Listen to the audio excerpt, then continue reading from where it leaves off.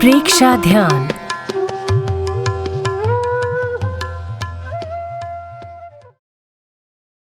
प्रेक्षा शब्द प्राकृत के पे हा से बना है, जिसका अर्थ है देखना, बहुत गहराई से अनुभव करते हुए देखना। जब किसी भी व्यक्ति और वस्तु को देखने के साथ पसंद या नापसंद, अच्छा या बुरा, प्रियता या अप्रियता का भाव जुड़ जाता है, तब वह राग और द्वेष से युक्त हो जाता है। राग और द्वेष से मुक्त, स्वतंत्र रूप से वीतराग रहकर देखने का, अनुभव करने का नाम ही प्रेक्षा ध्यान है। जब हम राग द्वेष से मुक्त होकर गहराई से देखने की प्रक्रिया को प्रारंभ करते हैं, तो हमारा संपर्क अवचेतन मन से हो जाता है। अवचेतन मन, जो कि शरीर, मन, बुद्धि और इंद्रियों से परे है, जहां हमारा चित्त और भाव है। इस अवस्था में पहुंचकर हम अपनी आंतरिक शक्तियों को जागृत कर सकते हैं। निषेधात्मक भाव यानी कि नेगेटिव थॉट्स को निकालकर विधायक भाव यानी कि पॉजिटिव थॉट्स स्थापित कर सकते हैं और अपने पूरे व्यक्तित्व को निखार सकते हैं। ऐसा व्यक्तित्व जो कि शारीरिक, मानसिक और भावनात्मक रूप से स्वस्थ हो, ऊर्जावान हो। प्रेक्षा ध्यान का प्रयोग हमें चित्त और भाव की गहराई में ले जाकर अवचेतन मन से मिलाता है और हमें स्वस्थ और आनंदमय जीवन की ओर ले जाता है। प्रेक्षा ध्यान के प्रयोग को प्रारंभ करने से पहले हमें ध्यान की पूर्व तैयारियों के बारे में समझ लेना आवश्यक है। प्रेक्षा ध्यान प्रारंभ करने से पहले हमें अपने आसन ठीक रखने होंगे। हम ध्यान के लिए 4 प्रकार के आसनों का प्रयोग करते हैं। पहला, सुखासन। दूसरा, अर्ध पद्मासन। तीसरा, पद्मासन या चौथा, वज्रासन। ध्यान के लिए एक निश्चित स्थान और एक निश्चित दिशा हो तो ध्यान का प्रयोग अच्छा होता है। दूसरी महत्वपूर्ण बात है हमारी मुद्रा, अर्थात हाथों को कैसे रखें। कहा जाता है कि जैसी मुद्रा वैसा भाव, जैसा भाव वैसा स्राव, जैसा स्राव वैसा स्वभाव, जैसा स्वभाव वैसा व्यवहार। इसलिए ध्यान के लिए हम 2 मुद्राओं का प्रयोग कर सकते हैं। पहला, वीतराग मुद्रा। दोनों हथेलियों को नाभि के पास स्थापित करें। बाईं हथेली नीचे और दाईं हथेली ऊपर रहे। दूसरा, ज्ञान मुद्रा। दोनों हाथों को घुटनों पर टिकाएं। अंगूठे और तर्जनी के अग्रभागों को मिलाएं। शेष तीनों अंगुलियां सीधी रहें। ध्वनि। ध्यान के पूर्व हम एक ध्वनि का प्रयोग करते हैं जो हमारे मन को शांत करता है तथा एक वातावरण निर्मित करता है। ध्वनि से हमारा नाड़ी तंत्र सक्रिय होता है, जिससे विचारों की गति शिथिल होती है एवं ध्यान में प्रवेश सरल हो जाता है। संकल्प ध्यान में प्रवेश के लिए आवश्यक है।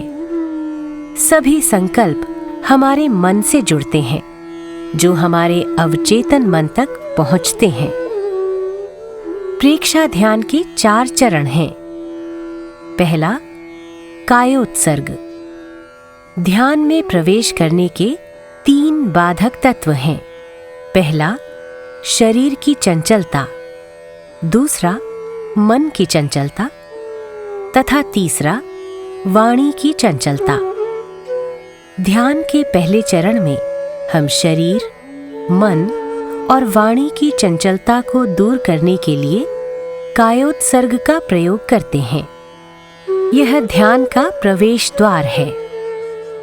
कायोत्सर्ग की गहन अवस्था के बिना ध्यान के क्षेत्र में आगे नहीं बढ़ा जा सकता है। कायोत्सर्ग खड़े होकर अथवा बैठकर किसी भी प्रकार अपनी सुविधानुसार किया जा सकता है।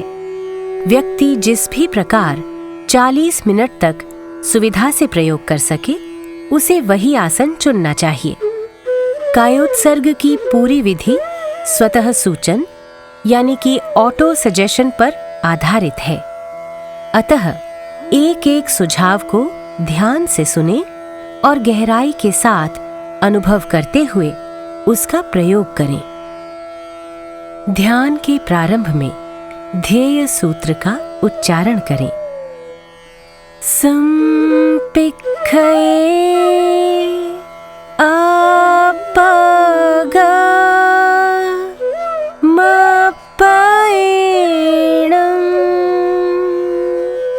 का उच्चारण 3 बार करें।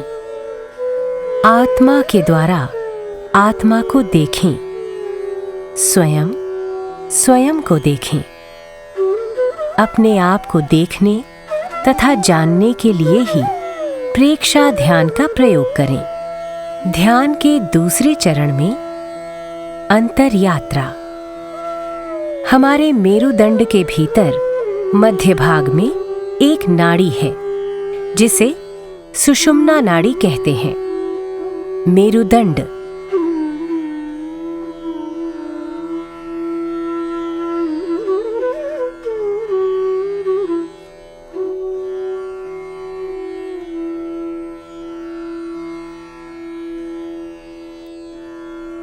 हैं, वहां प्राण एवं स्पंदनों का अनुभव होता है, और जहां प्राण है वहां ऊर्जा का अतिरिक्त प्रवाह हो जाता है। अंतर यात्रा के प्रयोग में हम रीढ़ की हड्डी के निचले छोर, जिसे शक्ति केंद्र कहते हैं, से ऊपर सिर की चोटी के निचले भाग को, जिसे ज्ञान केंद्र कहते हैं, में सुषुम्ना नाड़ी के माध्यम से चित्त की यात्रा करते हैं। रीढ़ की हड्डी का निचला छोर शक्ति केंद्र ऊर्जा का अपार भंडार है, जिससे ऊर्जा को सुषुम्ना के माध्यम से ऊपर ज्ञान केंद्र तक लाते हैं। इससे ऊर्जा संपूर्ण नाड़ी तंत्र में फैल जाती है और हमारे शरीर एवं मन को स्वस्थता प्रदान करती है। जिस प्रकार ब्लड प्रेशर मापक यंत्र में पारा ऊपर से नीचे और नीचे से ऊपर की ओर जाता हुआ दिखाई देता है, उसी प्रकार हर श्वास के साथ ऊर्जा के प्रवाह को ऊपर से नीचे और नीचे से ऊपर की ओर यात्रा करते हुए अनुभव करते हैं। इससे पूरे नाड़ी तंत्र के अवरोध समाप्त हो जाते हैं तथा खुलकर ऊर्जा का स्वतंत्र प्रवाह शरीर के भीतर प्रारंभ हो जाता है। ध्यान के तीसरे चरण में हम दीर्घ श्वास प्रेक्षा का प्रयोग करते हैं। इस प्रयोग के द्वारा मन पर नियंत्रण प्राप्त किया जाता है। मन का स्वभाव चंचल है, लेकिन मन भी श्वास के सहारे ही अपनी चंचलता को व्यक्त करता है। यदि श्वास की गति लंबी होती है तो मन शांत होता है, लेकिन यदि श्वास की गति छोटी होती है तो मन चंचल हो जाता है। श्वास प्रेक्षा के प्रयोगों के माध्यम से हम मन को धीरे धीरे शांत करते चले जाते हैं, जिससे हमारे श्वास की गति भी लंबी होती चली जाती है। इसमें हम सबसे पहले श्वास को नाभि के अंदर बाहर होने के साथ अनुभव करते हैं। पुनः श्वास की गति को समताल कर नाभि के अंदर बाहर होने का अनुभव करते हैं, अर्थात जितने समय में श्वास को भरा जाए, उतने ही समय में श्वास को छोड़ा जाए। पुनः हम अपने चित्त को नाभि से हटाकर नथुनों के भीतर उसके आने जाने के स्पर्श का अनुभव करते हैं। हम धीरे धीरे स्थूल से सूक्ष्म की ओर प्रवेश करते हैं। दीर्घ श्वास प्रेक्षा का प्रयोग हमें स्थूल से सूक्ष्म की ओर ले जाने की प्रक्रिया है। इसके बाद हम श्वास को नथुनों के भीतर केंद्रित करते हैं तथा ठंडे एवं गर्म का अनुभव करते हैं। इस स्थिति तक आते आते हमारा मन पर नियंत्रण होने लगता है और अंत में सारे प्रयास हटा लेते हैं एवं सिर्फ श्वास को तटस्थ होकर देखते हैं। इस स्थिति में श्वास मंद तथा मन शांत हो जाता है। ध्यान का चौथा चरण, चैतन्य केंद्र प्रेक्षा। ध्यान योग में चैतन्य केंद्रों का अपना ही महत्व है। सुषुम्ना नाड़ी के भीतर विभिन्न चैतन्य केंद्र हैं, जहां ऊर्जा का विशेष प्रवाह होता है और जो हमारे अलग अलग भावों को नियंत्रित करते हैं और प्रभाव डालते हैं। प्रेक्षा ध्यान के चौथे चरण में हम ज्योति केंद्र, जो कि ललाट के मध्य भाग में स्थित है, उस पर ध्यान केंद्रित करते हैं। ज्योति केंद्र हमारी भावनाओं को नियंत्रित करता है। ज्योति केंद्र पर हम चमकते हुए सफेद रंग का ध्यान करते हैं, जिससे हमारा आवेग, आवेश तथा क्रोध पर नियंत्रण होता है एवं मन शांत हो जाता है। इससे ध्यान में प्रवेश सरल हो जाता है। पूरे प्रयोग काल में जागरूकता एवं सजगता बनाए रखें। नींद में न जाएं।